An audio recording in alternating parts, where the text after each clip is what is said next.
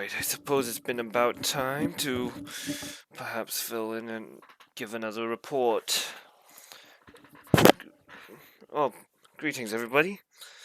This is Epsilon Core. I'm actually remembering to call myself by my YouTube handle this time.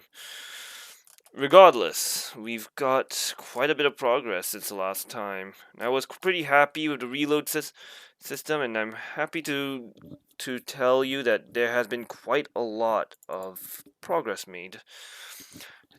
There is, of course, still more work to do, as there always is. But we should, at very least, take the time to take a look at what take a look at what we do have right now. Of course, none of this is without help. I have definitely gotten help by, once again, the Brachy server. Well, the nice people at the Brachy server.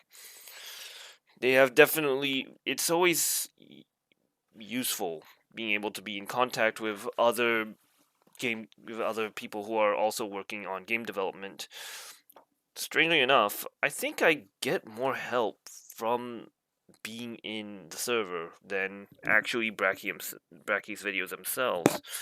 Simply because I'm used to having a live person working with me on the project. So, let's get to it.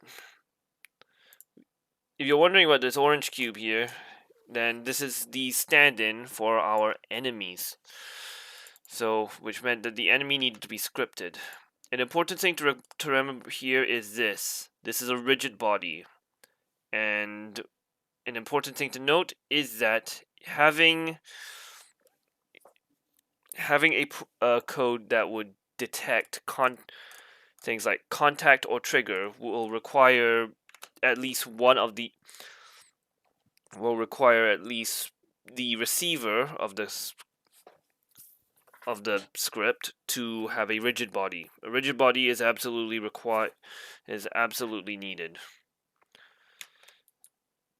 When it comes to movement, I've definitely gotten more into a groove of utilizing essentially the stages in terms of how I want things to operate. So, for example, stage 1, behavior 1, which honestly, behavior 1 is just as simple as enemy spawns on the right hand side of the screen, which will be a certain border dictated by how far it is.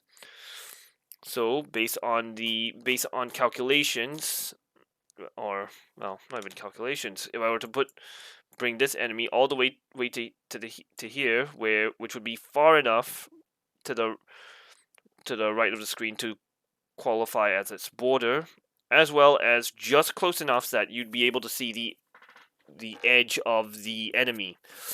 You would see that the cube is occupying position at the X position of 18. That means, so the script operates in two cycles. Stage 1 behavior is to spawn on the right side of the screen, which means it would have to create a lateral starting point and transform position to match that starting point. So as you can see here, it is going, as well as set random direction behavior 1. Now the reason for that is, I guess I just want to be careful. I don't want to accidentally cause something. But essentially, stage 1 behavior is to set the enemy's position and then set up a timer, because what I wanted was there to be a delay to hopefully give the player time to react. Now I might just wipe out this timer because I don't think it's 100% necessary. In terms of how the timer operates, it's using the exact same methodology as the player propers, as the base movement's jump script. Essentially, it sets up a max timer of time.delta time, and then minuses that max. Okay, you have two values. You have a maximum value, and then you have the timer value. The timer value is set to the maximum value So by that you take attack delay timer equals attack delay, which is the maximum value that is the set value. From there you have a from there you would set the timer here, which means attack delay timer will be -1 f by time.delta time, which is calculating time from the frame by which this is inactive, in which this is active. So once it starts counting down that time, it will then. Now the thing about now the reason why I have this little thing here is because I just wanted to be specific. The thing is, because a lot of things is updated frame by frame, there is a little bit of room for some overshoot. Essentially, if you make your attack delay timer her equal to 0, there's actually a very real chance that it could just skip, that the timer could accidentally skip that number, or that number just doesn't show up on the frame. It's a lot of. I'm not sure how else to explain it.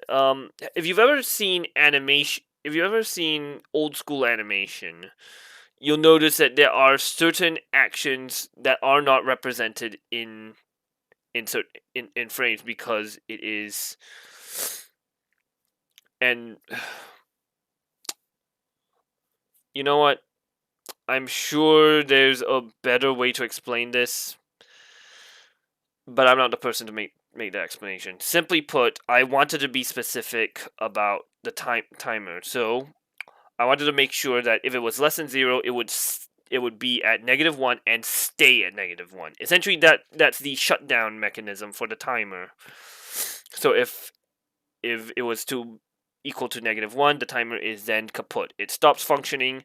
I don't want that. I don't want attack delay timer to get any new values beyond -1. An important thing to point. So after that, it will then, because it sets a random direction, which is based on random range. Random ranges, honestly, it's quite a bit of fun to play with. I find a lot of games they can be really fun when you can throw a little bit of randomness into it in terms of a mechanism. Of course, it's a question of how that randomness is implemented, but that's neither here nor there. Essentially, it's to give the player something to react to that they cannot be absolutely sure of what the enemy is going to do. Is the enemy going to juke left? Is the enemy going to juke right? You know it's going to do something. You just don't know exactly what it is. That kind of unsurety could require the player to be prepared for any eventuality. Now, obviously, it's not set up perfectly. It's just an experimentation. Another thing random values are good for is setting spread, or at least having a spread in terms of bullet deviation. Sometimes having a certain amount of inaccuracy in your weapon can give that weapon a certain character. So essentially, going back to my bullet script, essentially when the bullet is instantiated, it will generate a vertical deviation based on a random range between using vertical home max deviation. And basically, the reason why it's like this is to make sure that its upward vertical deviation and its downward vertical deviation is equal. That's literally it. In terms of, I would have the reason why I have it in the void start is to make sure that the bullet doesn't suddenly just decide to get new random deviations every frame. That is what it means by putting something in void update. When you put something in void update, it checks for that thing and activates that function every frame. So for example, if I put the vertical deviation in void update, the bullet would actually be moving up and down, up and down, up and down on based on the random vertical deviation that because it's updating, because void update is updating that function every single frame. See how that works? It's actually really cool. Now this is the other thing. I actually gave my ship a secondary weapon, a missile, and this weapon works very well. Remember how my enemy scripts works in 2 stages? The same. It all started here, because the thing is, I wanted this enemy to move in 2 stages, and I will show you what I mean by that. As you can see, when I press the down button, it will drop missiles. The missile will drop down and to the left before accelerating to the right. On top of that, the missile itself also has. Oh wait, I can't. This is the enemy script. Well, simply put, the missile also has a reload system, very much like the machine gun, and as I've explained with the machine gun, and here it is to explain, to just show it to you.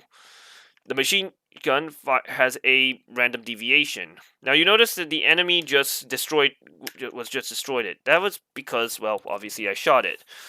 Now obviously, destroying a game object needs to be a function that you need to add in, because obviously the computer isn't going to just assume that the computer isn't going to make assumptions that you should be able to destroy a game object just because you shot it. Because, again, it's not going to assume something's it's going to act a certain way. That's part of the robustness of the Unity. It allows you to give functions to whatever and make it do whatever. But the thing is, you essentially need to define everything. In terms of the damage system, I will get into that much later. But simply put, your ship now has two weapons. Now, another important part here is you notice that I'm only pressing the missile button once, and it's firing 3 missiles. On top of that, it's actually releasing those missiles with different vertical, different vertical variances. Or essentially, the first missile drops the lowest. The second missile drops the second missile drops second lowest, and the first missile drops highest before they all fire off in a burst. Essentially, this is a burst fire weapon, and for that I needed to code a burst fire script. This is where a lot of the help from Brachy server came in. I'm actually quite proud that I was able to get a lot of this done without external help. But getting a burst fire function was actually the one thing that almost broke me, because I was getting really confused because I was starting to play with a lot of variables. You can see right here, there are a lot of variables here, and I'm starting to wonder if some of it is entirely necessary. I think I already cut out a lot of variables that one doesn't really need to worry about. But the simple fact is, this is what my friend in the Brachy server helped me. An I enumerator, which I still don't fully understand, I'll be honest. And this is a for loop. This is a concept that I've actually learned about in terms of the solo learn, how to code in C#.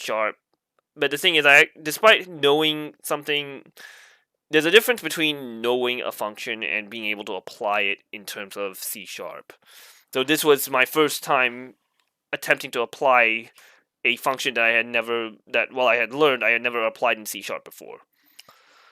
What it does, so a for loop is pretty simple. It works with numbers, and what it does is that you assign a int, or you assign what a function is. First you assign what your variable is. So as you can see, the variable for this function is int I. So this will define what it is when this program is called. It will then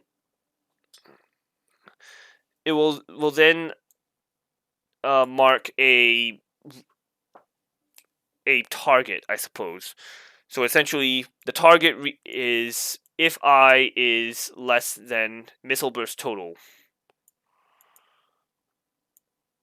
So missile burst total is essentially the amount of bursts in the amount of shots fired in your missile. So until 0 is as long as 0 is equal to 3, the for function will activate. So because I is less than 3, it will activate until I is no longer less than 3. And this is essentially what so this is the addition function that will trigger that as long as this is true, this over here will function. So as long as in plain English, the integer I is currently equal to 0. As long as the integer I is less than missile burst total, which is 3, or it can be a set number as whatever number you please.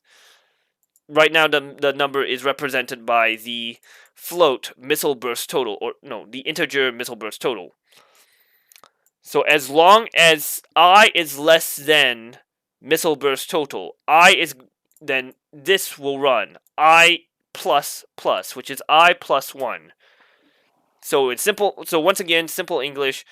As long as I is less than missile burst total, it will run a function that will add I by 1.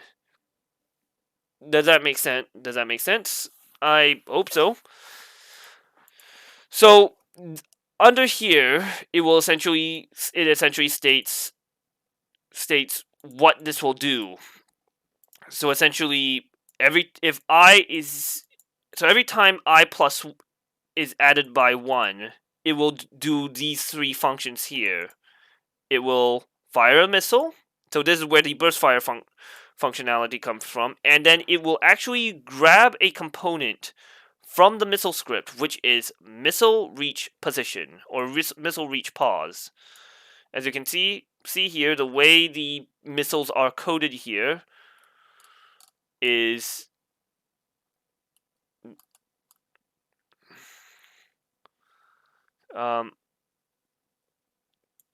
missile downrange, reach pause Y, which will just a moment. I need to I need to just check. Okay. So this is what's called a coroutine. So yeah, the I enumerator here is what's called a coroutine. So every time you press the down arrow, which will have its own fire rate, and by the way, I finally figured out what the hell time.time. So I was introduced to the function time.time when it came to coding how my machine gun works. Essentially, the Udemy course, while it did give a solid example, it took some time for me to fully understand the logic of the game. Well, the logic of the engine. So time.time is a function that counts up time based on how long the game has been running. So what this code here says is that as long as time.time is greater than missile down fire, you can fire a missile. Because missile down fire is equal to -1, time.time will always be higher because time.time is going to start at 0. Now the reason why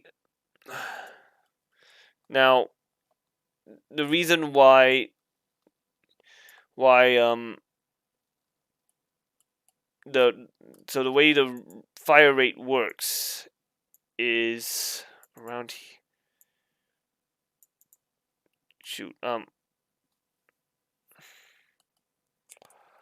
get key down, get key code down. Okay, I think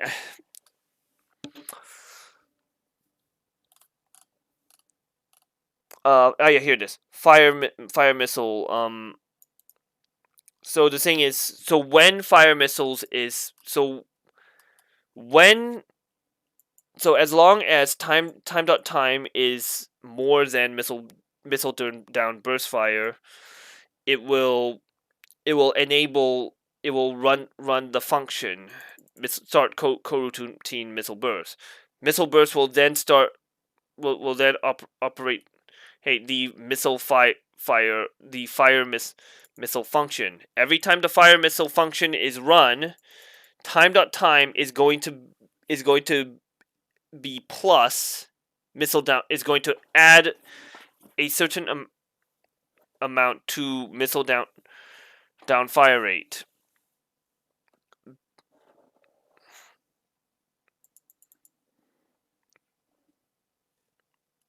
Wait a moment. Oh wait, shoot laser. Huh. Yes. So the thing is, it's going to add a fire rate to the time. And what that does is that it makes, oh shoot. Sorry.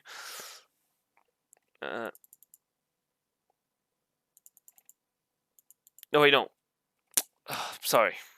Once again, my brain is fucking me up a bit. So missile burst fire. It's going to take the time.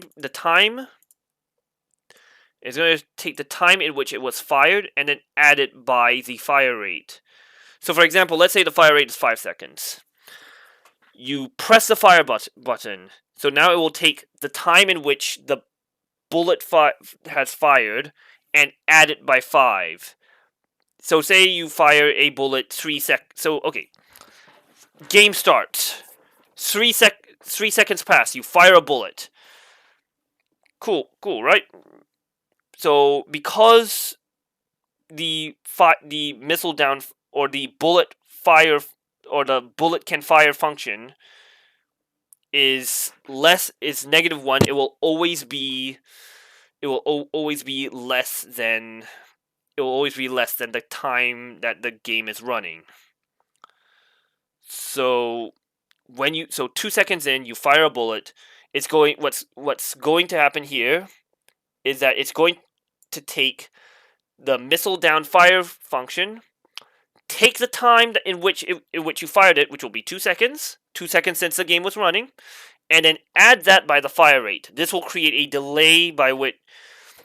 So because of that, if we say the fire rate is 5 seconds, it will add 5 seconds to the 2 seconds that was at which the bullet was fired at. This will make the total 7. Okay, so based on the function of the game, 7 seconds has not passed yet. Remember, because it's only 2 seconds since you fired that bullet. So it will then need, in order to fire your next bullet, you would need to wait 5 more seconds before the next bullet can fire. I know it's hard to explain it. It's the exact reason why I didn't understand it the first few times. Boy, just a moment. I need to check how long this recording has been going on for, because okay, it's been recording for 23 minutes and 23 minutes and 54 seconds and counting. So anyway, I'll try to explain everything else as best I can. Okay, so the player proper script, the coroutine is that it's going. So yeah, the coroutine is then going to yield a return and new wait for seconds. Now, this is where I kind of fucked up in the whole fire rate explanation, because the thing is, the fire rate, Unity does not calculate time in terms of seconds. It actually calculates time based on frames that have passed. If you ever heard the term like 60 frames per second, 100 frames per second, and 60 frames per second. You get the idea. Every second, there'll be seconds. There'll be 60 frames every second, or at least, or if you think about it like this, every frame is 1/60th of a second. That my mind that so the calculation of time in Unity in the game in the Unity engine is very precise. So you're probably wondering, hey, why this is so significant. The wait for seconds function is actually going to account for things in seconds rather than having to wait based on frames, based on having to create timers with time.delta time. This essentially just shortcuts the entire function and just allows you to just input how many seconds, like, this thing is going to wait for how many seconds, and it will essentially generate that delay without anything needing to happen. It is, you can tell this code is definitely made by someone else that isn't me, because obviously I'm a total fucking noob that started running at late February. Hey, you gotta take it one step at a time, obviously. So, now, where am I now? You notice that my bullet did in fact kill that enemy. It destroyed that enemy, but the problem is that I am not satisfied with this. Now, another important thing to note is that the enemy has not injured me, or not only that, the enemy cannot injure me at this point. And that is because I haven't assigned damage values to the enemy. But that is also because of how damage seem, or at least how components seem work in Unity. You see, there's a pretty simple solution. You see, let me just show you how the enemy's script's damage works so far. How I can make it so that the enemy dies when I shoot it. Also, just so you know, by the way, the enemy also dies if you shoot it with missiles, and it also dies when it touches you. Yeah, I may choose not to have that. Essentially, the enemy will stop respawning once you kill it. And I seem to have a terrible time hitting this enemy with missiles.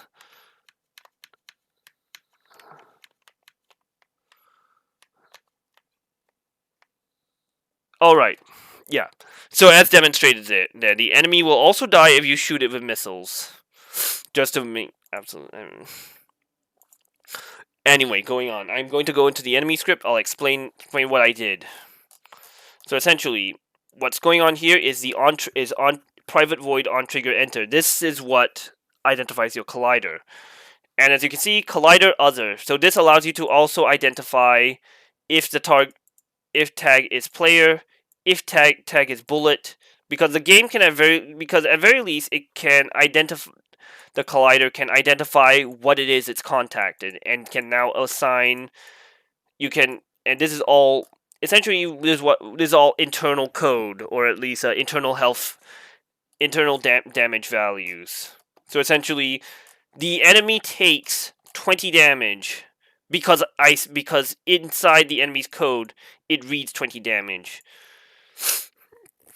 It's not like it's not what you imagine happens in other games. You see, in other games, what ends up happening is that how should I say this? What you imagine happens in video games is that the game will read the damage value on your gun, or at least the damage value of the bullet that the gun fires, and then minus it by the health that the enemy has.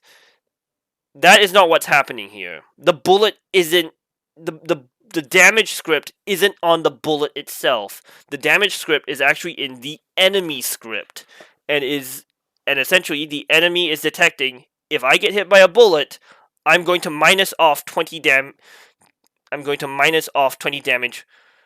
from a value that's in my script.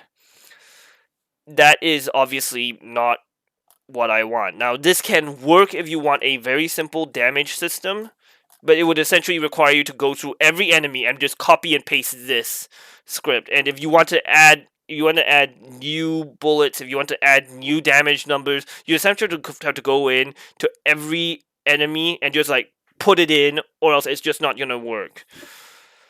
Oh yeah, it also does also require me to set an enemy health, and then if the enemy takes if the enemy's health equal to is less than 0, then the game object is destroyed. That's how program work. So what am I planning to do moving forward? Now, simple. I want to make a system in which the system actually reads a damage value that is going to be on the projectile script or onto the gun script. This would allow me to add modifiers in the player script without having to continuously go into the enemy script and put damage values in that script for the enemy to call upon. The major concern here is that it might require copious amounts of a function called get.component.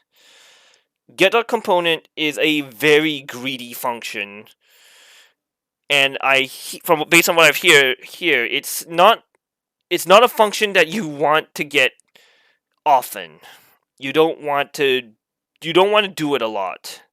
Or at least you don't want to, especially you don't want to do it in every frame. This is exactly why Yandere Simulator cannot go above 60 FPS.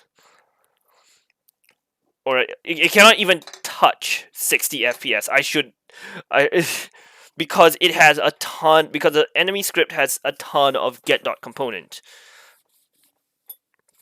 So that is going to be what I do tomorrow, because today is a day I kind of give myself to rest. I have a rest day because essentially every weekday I wake up and try to get as much progress done on my script before I have to go out to work. So yeah.